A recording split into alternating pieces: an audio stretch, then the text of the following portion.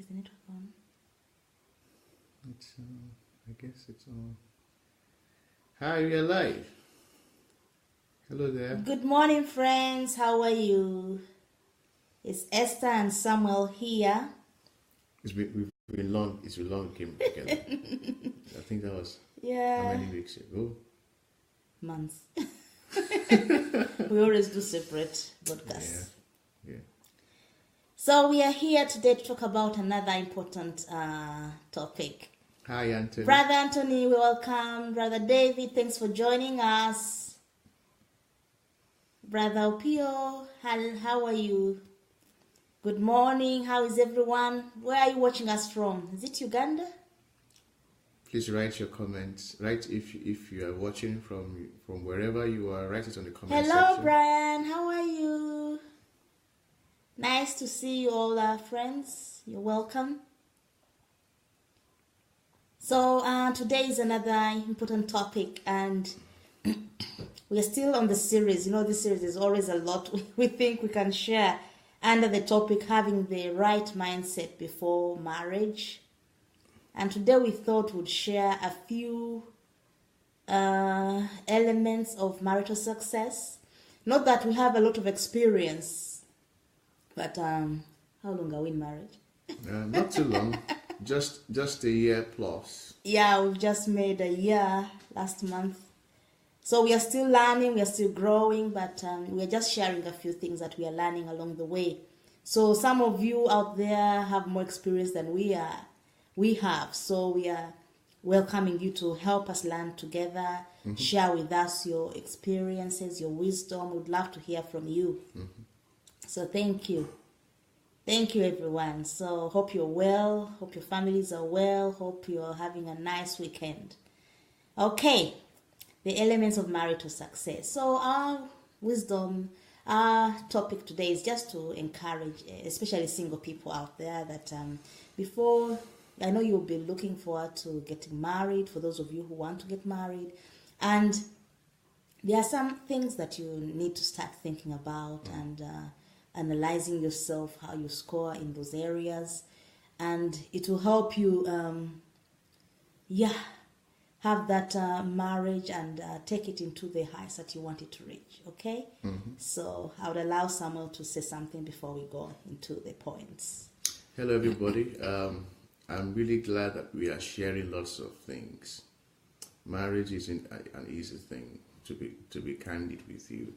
It is something that needs lots of work. If you are not prepared for marriage, please don't rush into it. If you rush into it, you rush out.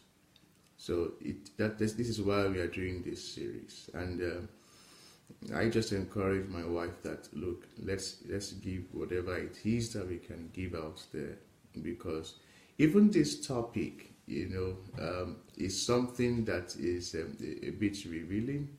We will try as much as possible to share lots of things with you that you could benefit from. Last week I told you that lots of people will not tell you exactly what is going on in their marriage. All right? So it's only the beautiful thing that you see out there. But today you get to know a few things that usually happens and to benefit you. Let's begin. Okay. So we're sharing about a few elements that we discovered and we are also trying to practice in our own marriage. So that's to help single people out there and also married people as well. Just a reminder of things that you have to put in place and look after. Yeah. So our first point is, the first element of marital success is understanding that every relationship is dynamic. That's true. That's right. Nothing in life ever stays the same. We all know that. That's why we grow up from being babies to toddlers. Then you go to preschool, primary school, secondary school, then university, then you start a job. In fact, you move out of your parents' house, and then you get married, and you have children, your grandparent, you get elderly, You see the dynamics of life? Yeah. So that is life. And the same principle applies to marriage. Anything that involves people is something about life. So if life is dynamic, marriage is dynamic. That's right. Okay. So we do not expect our relationships to remain unchanging. The day you got married is the day you'll be, that will be the same atmosphere 20 years down the road. Things keep changing. So we have to enter marriage with a mindset to accommodate this. And that mindset should be a growth mindset, not a fixed mindset. A mindset that allows you to expand, to contract, to accommodate things, to grow into things, new developments, and so on. Okay. Yeah. So just as she said, many people think marriage is rosy, and so that's why they rush into it. The reason we have, most of the reasons we have divorces is because of the wrong expectations that people have. All right? And they get into marriage and they don't last long and they fall out. All right? I'm not saying that I don't wish it for them, but it's just a wrong mindset that they've had, So please, it is really important that we understand these things. Another point that to speak on the same topic, another point is things change. For example, the issue of jobs. So if you got married, both of you have jobs, or one of you has a very good job, and then your life keeps on going. Anything can happen. That job that you are doing can change. The pay that you get can drop.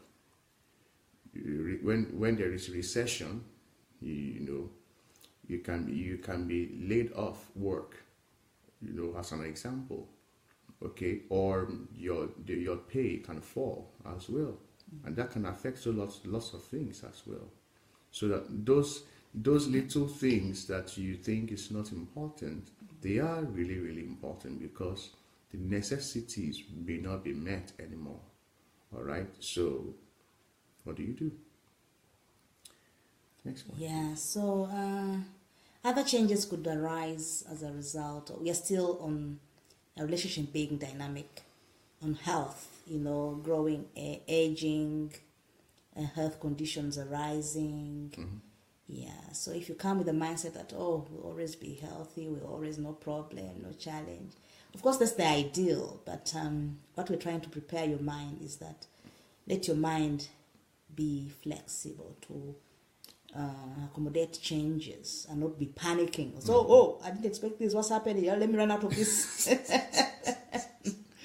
Yeah, life is full of those surprises and changes. So there could be changes in health, in, as Sammy said, in work issues. But that doesn't mean that, okay, you don't look for another alternative, you don't look for plan B, you don't, of course you handle those things, you find solutions to all those challenges. And sometimes a change could arise, like us, we had to relocate from one town to another. Mm-hmm. And that means change of friends, change of environment. Those your lovely neighbors can be distant from you. Yeah, so all those things are there. We just say that have a mind that allows change, so that you don't get shocked when these things come, and that helps you to grow from a young relationship to a mature one. Accommodating all these allows you to grow. That's the process of growth into maturity.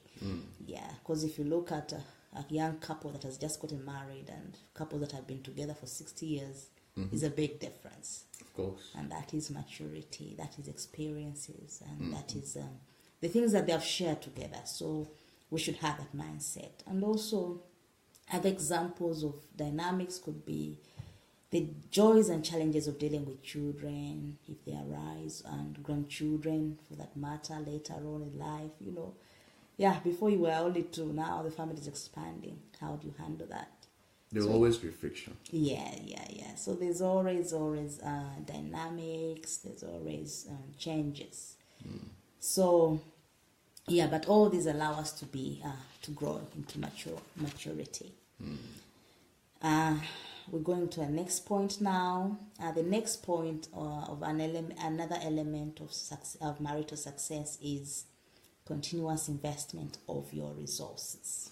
Before you go into that, I would like our viewers to please share their thoughts, their comments in the comment section. This really encourages us to keep on, so that we know that our people out there they are getting what we are dishing out. They understand what we are sharing. Yeah. If you have questions, you can throw up your questions. If there is enough time, we can give in as much as possible answers to those kind of questions, and also interact with yourselves as well. It's a platform for interaction. Okay. Hi June, it's great to see you. Hello, Sister Irene. Thank you for joining us, Ma. I've seen also Godfrey. How are you? I've seen some invites. Some people want to join the video. All right, so I don't know how to do that now. So, do we need to? Okay, let's move on. Yeah, let's move on. Okay. Yeah, So, continuous investment of your resources is another element that will make your marital life to be successful. Yeah, so why do I say that? Just like any precious thing, you have to invest resources to maintain that, to keep it, and also to, to improve on it. And the resources I'm talking about are time and finances. So I'll talk about time, and Sammy will talk about finances. Okay, so in life we have so many things that are fighting and competing for our time.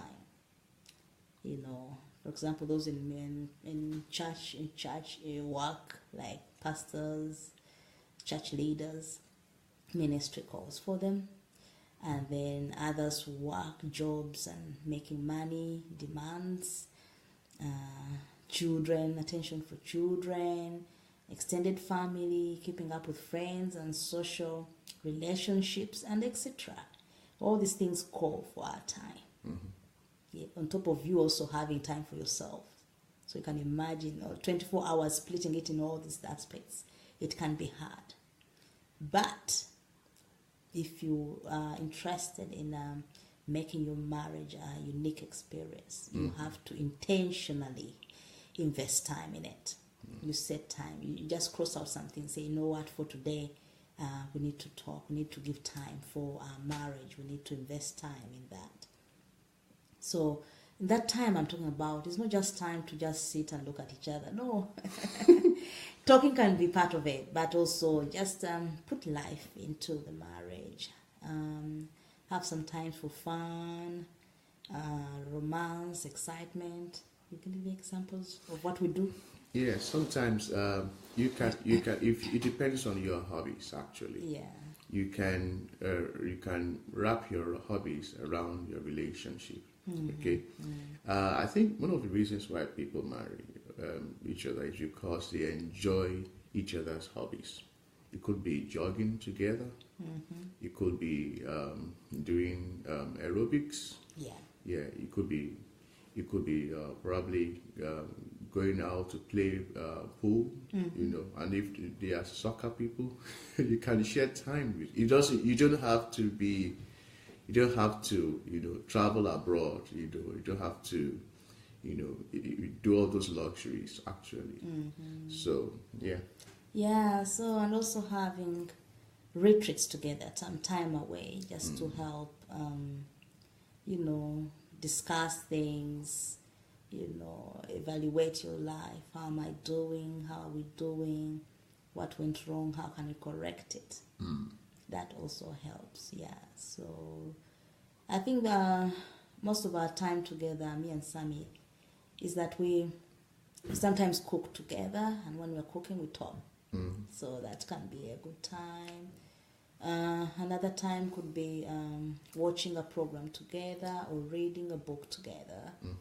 and discussing things, and then walking. We take walks. And then through those walks we talk as well.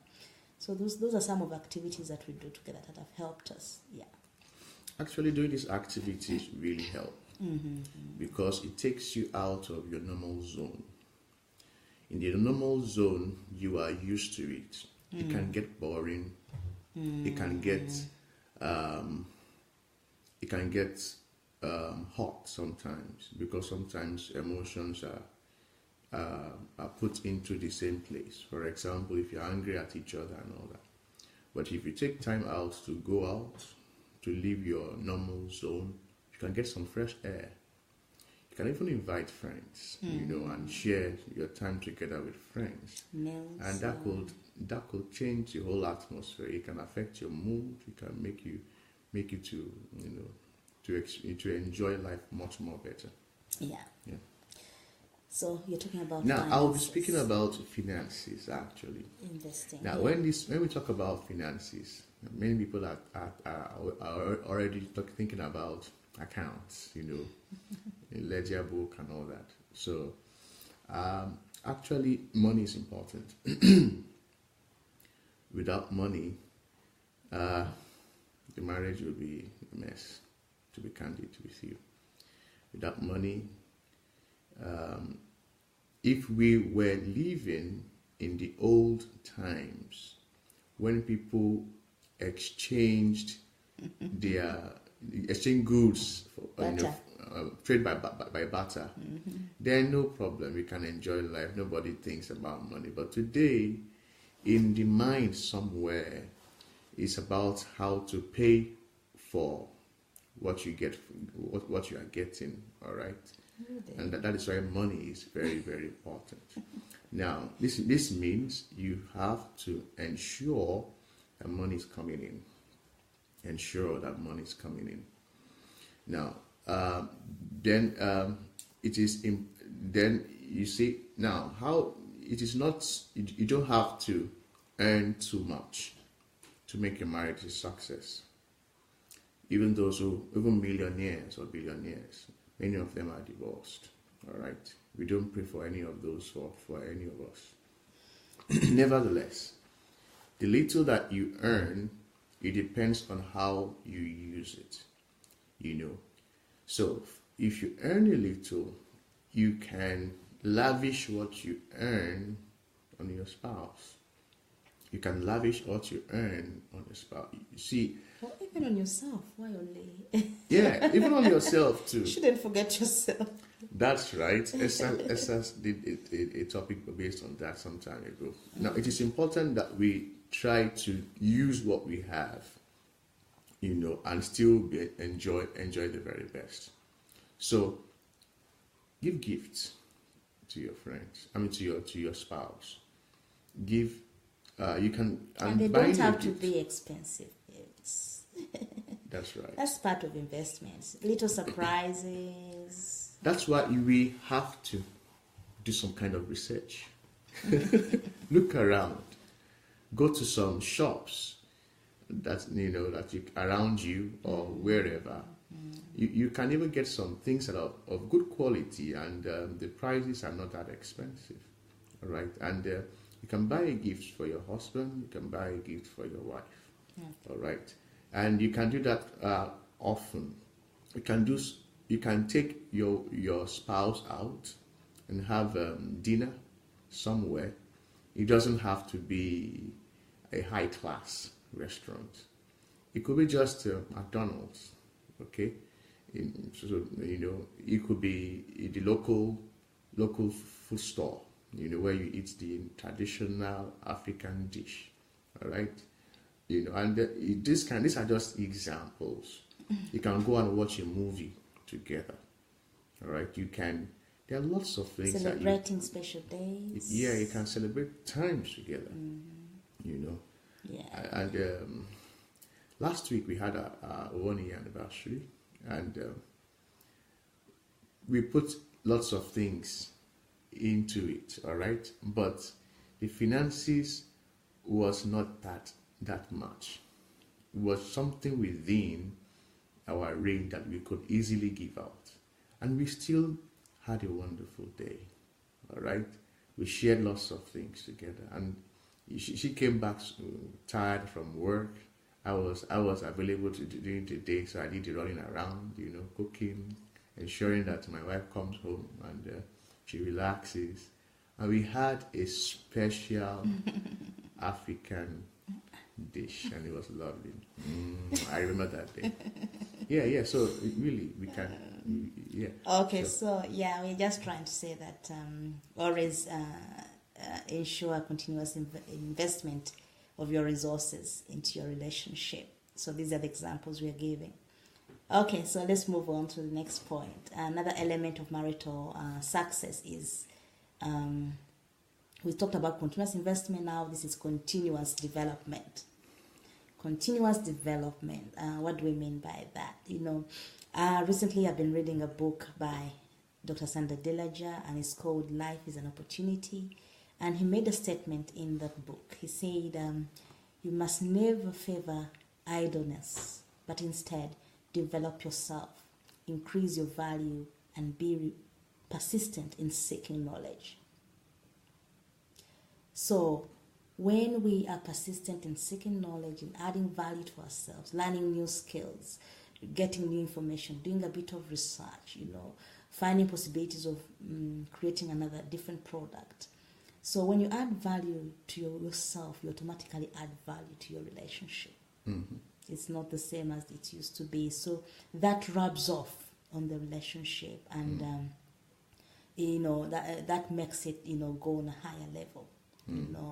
So and when there are new things like that, new knowledge, new products, new information, there's always new exciting things to talk about. So even your discussions get richer. Mm-hmm. You don't always discuss the same things. You're learning new things, you're sharing new things. They become exciting, and you can easily fit into different social groups. When you go somewhere, you can easily chip in because you've been reading around different topics. You're knowledgeable, and people will soon discover how knowledgeable you are and come to you to ask for advice, solutions, encouragement, things like that. So you make yourself an asset in that way, and people come to you for help. So that makes you even more fruitful. Yeah. So let your development always be to enrich yourself and also enrich others. That can also enrich in the relationship. So this brings about mutual growth for both parties as well. Okay. Development also helps a lot because the you that you were before cannot be static, as we said. Yeah. You have to be dynamic. You'll become boring. You become uninteresting. So, but when you develop yourself, you become someone of worth, someone of value. So, try to add skills to yourself in different ways. Probably some years back, I couldn't do some technical things, all right, because I just didn't know how to. All my life, I had people doing them all for me. But now, I handle lots of technical things, all because I'm being exposed to them, and I have to do them myself. I have to learn how to do them on my own. So this is what it means, Yeah. Hi, Osahon and sister. Sister Chinwe. Oh, Sister Chinwe is here. Yeah. Hello, Sister Chinwe. It's good to see you. Thank you. Yeah. Thanks for joining us, friends. Yeah, so we've been talking about continuous development, and it could be different things like learning, things like small repairs around the house. Sam is getting very good at them. Here in the UK, if you don't learn to do those things, you'll be spending a lot of money. That's right. So that has really helped us as well. What else? Yeah, I think that's all for that point, continuous development. Number 4 is for the singles out there, if you think about marriage and you're getting into marriage, have the mindset of seeing your differences, your difference between you and your spouse or your fiancé, that difference being an opportunity and not a problem. Sammy, say something about that. For most of you out there, you may know that you may know that we are not from the same country. Mm-hmm. Esther is from Uganda. I'm from Nigeria. It's a whole difference. East and West. Yeah, East and West. When it comes to culture, when it comes to habits, when it comes to, we are very, very different. But the good thing about is even though there are frictions, we try to learn how we do things in different areas, and we buy from different cultures, good things anyway. And we learn from those things, and those things improve us, actually. We try to bring harmony, to the relationship. Okay, what is most important is, valuing the person, not just loving the person alone, but respecting the person, regardless of their differences. And differences helps to bring, bring life, insight, bring uplifting. Okay, because we have different strengths, different weaknesses. All right, and we see, so it is in that kind of a relationship that you know your weakness. Some weakness may not be visible to you, but by the time you come together, you see those weaknesses and you see those strengths, and then you begin to build on your weaknesses. So differences are important. We have different interests, okay? Personality. Our personalities are different, okay? How are they different in ours? In ours, it's different. She claims that she is a melancholic person in terms of temperament, okay?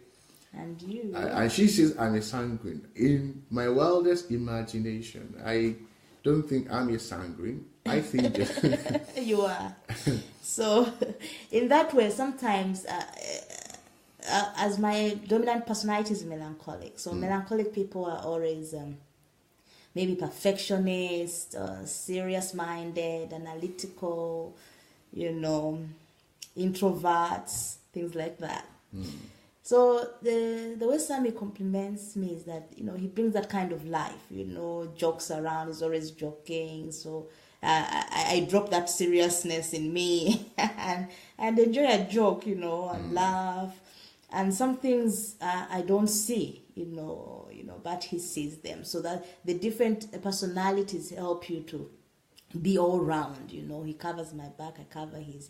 There are things, there are black spots I can't see, he sees, and there are things that I see that he doesn't see. And actually, there are lots of things that I don't see that she sees. Remember last week we talked about being blind and being deaf,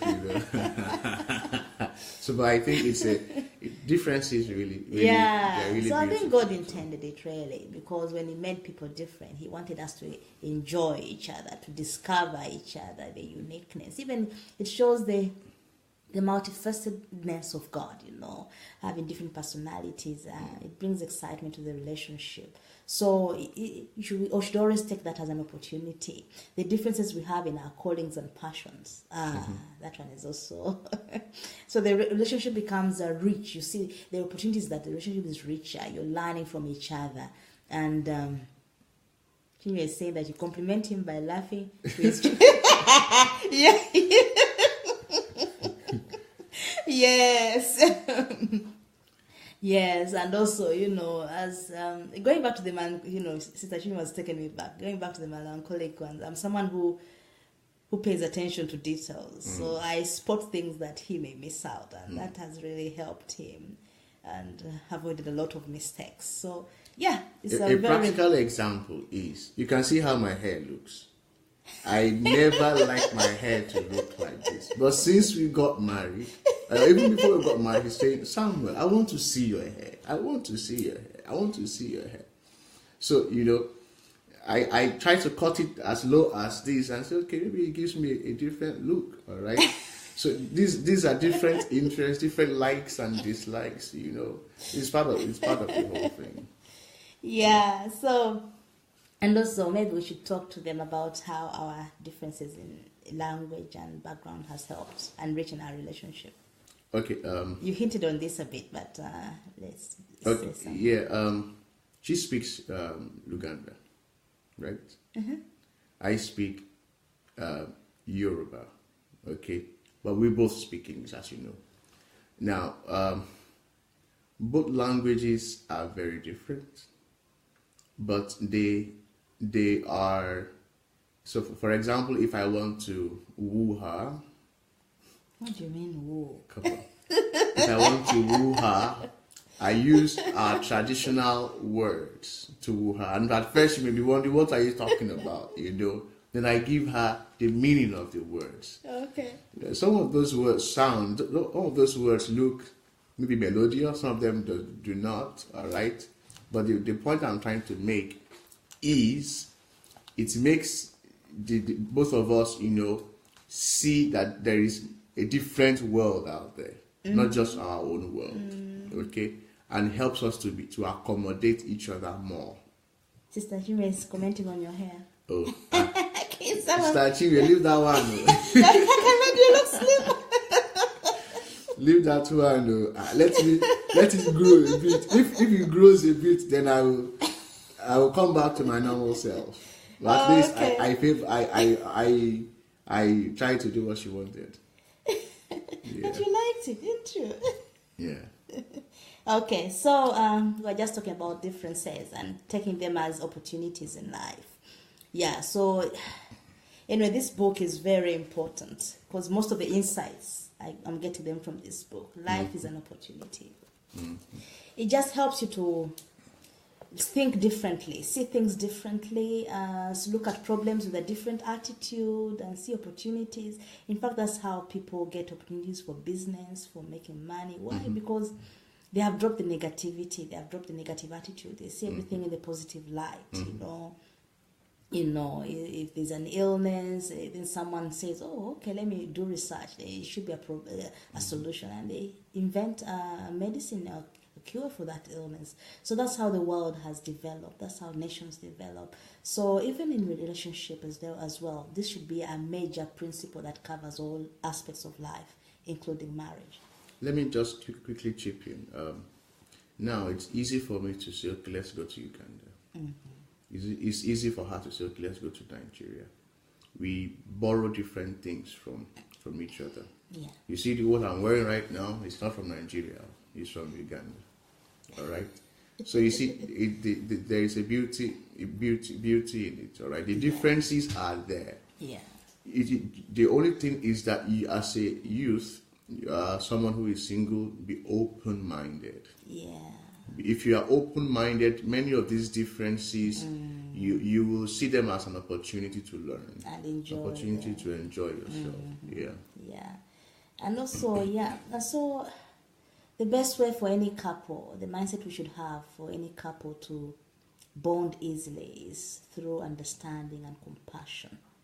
Understanding the differences and helping that person in those differences. Because part of those differences are also, we included weaknesses and strength as well. Yeah, so always see someone's weakness as an opportunity to learn, to develop. Someone's strength as an addition to the family, as addition to the relationship. Something you can learn from him as well, or her. So yeah, we should always, and that's a very important element, taking differences as opportunities in our relationship. Then the fifth point is intimacy is key. Intimacy is key. I know that many times when we talk about intimacy, the first thing people think about is sex. Well, to me, intimacy is the ability for people to come together, to talk in and have that space to talk together and have that ability to be vulnerable to each other. Talk about any topic without feeling embarrassed, without being ashamed. Read June's comment, please. Yeah. June says we should not strive to be like the other person. Let's try to accept and improve ourselves for the better. Yes, yes. So I was just talking about intimacy, that ability to be open and vulnerable without the fear of getting hurt or embarrassed. Okay, and this intimacy can be at different levels. For example, there are many things that I know and understand better that Samuel doesn't. So he's not embarrassed to ask me, okay, let me learn from her. Can you explain this? That is intellectual intimacy. Mm-hmm. You know, so you learn a lot when you're open, you're vulnerable, and that is very healthy for the relationship. Mm-hmm. Instead of shying away, hiding, and then running and learning from friends. No, this should be the first person you have to be open to. Mm. Another level of intimacy could be emotional intimacy. Mm. This is where you come to share your fears, your embarrassments, your weaknesses, your anger about something. Mm-hmm. And you're not scared that the person's going to doubt you or doubt your Christianity, doubt you. Yeah, so it also calls for maturity, understanding that we are human, we have those vulnerable moments. Mm-hmm. So intimacy that space allows you to be open, to learn and come into a relationship, into a marriage relationship with that mindset, to be open. You don't hide things from your partner, from your spouse. Mm. You are open. You don't fear any embarrassment. Mm-hmm. You know why? Because you are human anyway. And what is that you're hiding that cannot be talked about? So the more you hide things, the more problems you create. They will linger there. But when you open up, solutions are found. You get help where you need, there's a weakness. You get help, and yeah, you know that someone is standing there with you. So that can be useful. There's something I also learned when it comes to emotional intimacy. Mm-hmm. Sometimes Esther and I quarrel. And when we quarrel, we are angry at each other. Mm-hmm. We just want to be away from each other. But I noticed that, wait, that is the time to stick to each other, to stick with each other. Yeah. You know, for example, if you quarrel with the person and you are angry, you just go. Sometimes it helps you go and relieve your stress, all right? But you see, when you decide to stay there, and the other person will appreciate first that you are not leaving, number one. Yeah. Number two, they will try to, if you are open-minded, you ask yourself the questions. So what is the cause of this, your anger? Mm-hmm. All right. The person may now look deep. If you wait, the person will now look deep inside. What is behind this anger? And then will open up. Yeah. But if you have gone, you will never be able to know what is behind the anger. Mm-hmm. All right? Yeah. So you see, intimacy is not only, intimacy comes, open. You see into yourself. Somebody gave me the definition of intimacy as into me you see. Mm-hmm. Into me you see. So people cannot see into you unless they see unless you are patient, unless you stick with each other at tough times. Mm-hmm. All right. So it is really important that we get intimacy. Mm-hmm. Sex is just maybe 5% of it. All right. Intimacy in so many ways, in so many things. Yeah. So we're just saying that always the key to have a healthy relationship in marriage is intimacy. Talk things through. Don't shy away. Don't run away. Don't try to solve things on your own separately. Talking through is a process. It breaks you down. It brings out the maturity in you.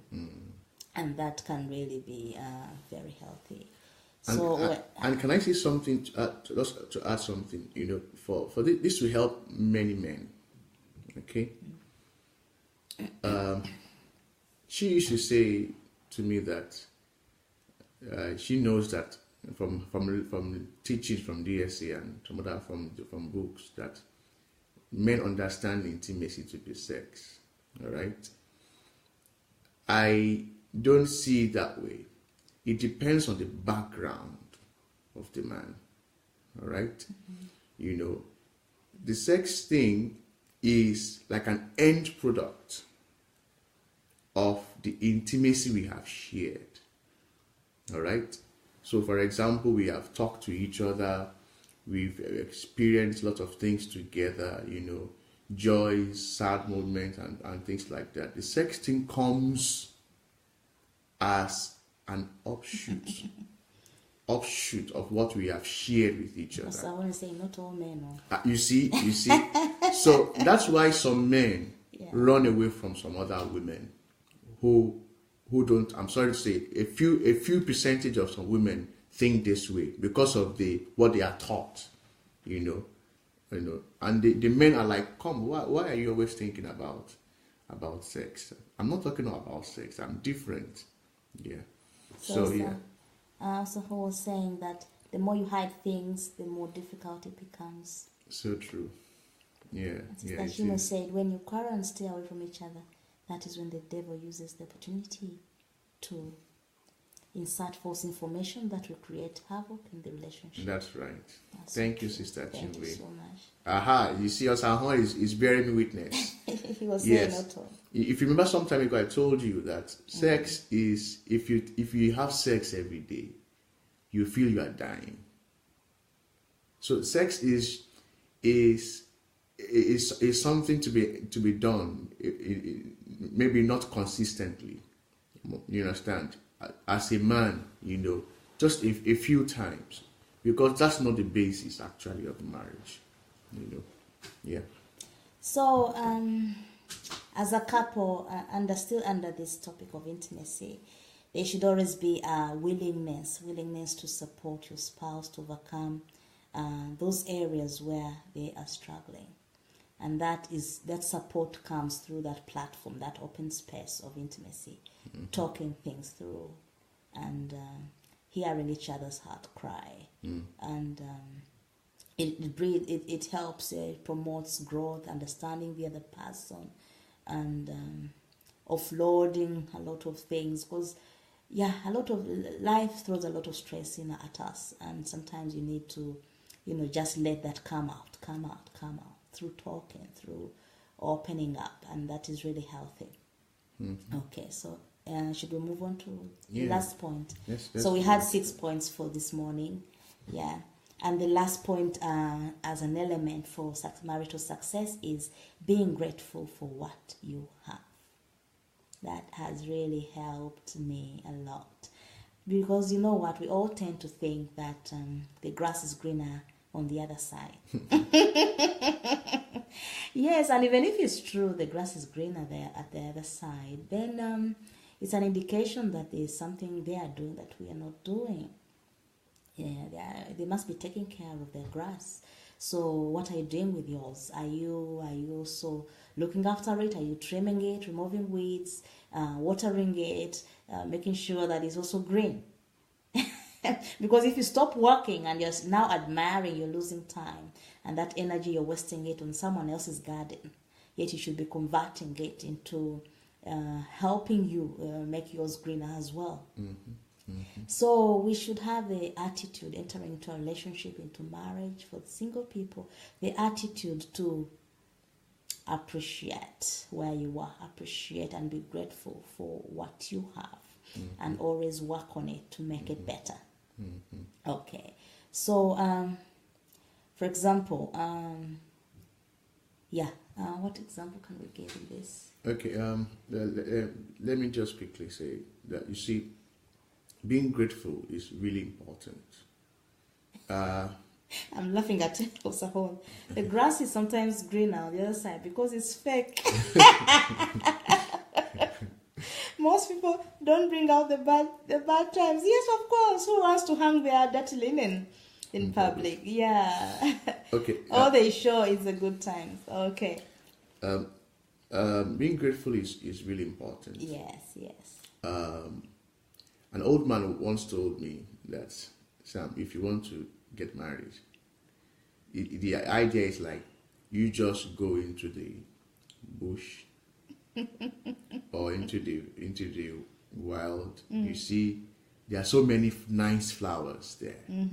Just close your eyes and pick one nice flower. How will you know it's nice when you've closed your eyes? In quotes. in quotes, just pick one. All right? Pick one and pretend as if that one is the best. Pretend? Yes. In your subconscious mind, you may be thinking, okay, there is something better out there, but you, in the reality, you're saying to yourself, this is the best. Okay? I choose to This have is this what as the I best. choose this to Yeah. have this as the best. If you have this mentality, you have saved yourself. You will not say, oh, that guy out there has a better look. He has more money in his pocket. You will not say that that lady out there has a better shape, or she's always smiling. She's always caring and things like that. No, the one that you have chosen will be your best, and you'll be grateful for it. Yeah. So if we all can have that kind of mentality And work on our own gardens. Yeah. We'll be saving ourselves lots of stress. Hello, Grace. Hello. That's my sister there. It's good to see you, Grace. It must be midnight their side. Yeah. So what I'm saying here is that happiness and contentment can be derived by being grateful, choosing to be grateful for what you have, and always working on it to make it better. Yeah. So let's learn to work on ourselves. Whenever you see some grass being greener, look at yours and say, okay, what am I doing that is not right there? How can make mine greener? So the more we work on our own gardens, other people will turn around and admire our gardens too. Yeah. Yes. So I think that's all we had. I've had a short show today, but I hope it's been helpful. And we intend to always be share reality, because we've purpose to ourselves that, when we are single, few people opened up, telling us the real thing. But when we are helping other people, we shall tell them, call a spade, so that they are more prepared. So that's what we intend to do. So join us again next Saturday as we bring up another topic, still under the theme, having the right mindset before marriage. So until then, we wish you a lovely weekend. Be refreshed, be strong, go out there, get more knowledge, be more resourceful, add value to yourself, become the best you can be. God bless. Sammy? So, ladies out there, please let this few tidbits that we are sharing, let it guide you. Yeah. Let it, guys also, please let it guide you. We are. Grace is saying, "Nice to see you." Yes, we are. She we recognizes this from mommy. Yeah. So we are glad actually that we are sharing all these things. Many of these things that we are sharing with you, 40% are things that we've known before we got married. The remaining 60% are things that we are experiencing and we will still be experiencing. So as we are sharing them with you, please let it be a learning ground. Please learn from it. Yeah. Okay. All right. Brother Osaho, thank you so much. God bless you. You guys, I think we need to have him on the show sometime. Yeah, Osaho will talk. Okay. Have that. Yeah. Bye. Thank you. Goodbye.